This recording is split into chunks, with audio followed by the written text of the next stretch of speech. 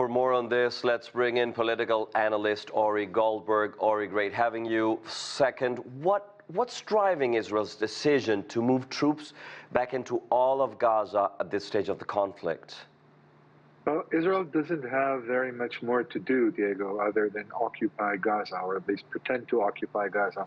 Partial solutions, even though I think that is what we will see ultimately, partial solutions are at least politically off the table. Israel has to go for broke. It's either a deal for releasing all the hostages, stopping the war, and withdrawing from Gaza, or taking control of the entire city, and that is what it has committed to, at least in pretense. And how does this military push differ from earlier operations on the Strip? Well, we don't know since it hasn't actually happened, but at least at the rhetorical level, which is very important, this is now an official admission that Israel is committing genocide on the Palestinian people. This is a list of war crimes and crimes against humanity that include ethnic cleansing and eradication of Gaza City itself. And based on Israel's record when it comes to evacuated civilians, that's also part of the actions that I think a consensus of legal scholars agree amount to genocide at the moment. So this is a very important point in the escalation that has been going on for nearly 2 years, because Israel is now really left without options. It either carries out this genocide or it doesn't carry out this genocide.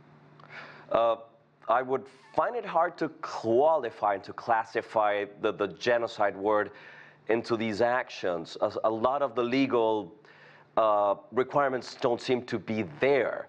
There are many, and mind you, there are many political pressures inside Israel as well that are also influencing this process to enter and to not enter Gaza. How do you see that? Well, the political pressures are part of Netanyahu's motivation. The right-wing elements in his government, they want a full occupation of Gaza with settlements. They want to expand this dynamic to the West Bank. They want a greater Israel. They want a Jewish apartheid empire, and they're not shy about it. They're saying it overtly. The rest of the Israeli public, while it is opposing Netanyahu's management of the war and wants an end to hostilities and the return of the hostages, it has not actually taken on the threat of ethnic cleansing that at least supposedly 200,000 additional Israelis will be forced to carry out. The Israeli public cares only about the hostages, at least in name. It doesn't care about the Palestinians. It doesn't care about the humanitarian situation in Gaza, at least not the great majority of it. So I think in terms of politics, Netanyahu has to make a choice. I'm sorry, Ori, but I would beg to disagree here.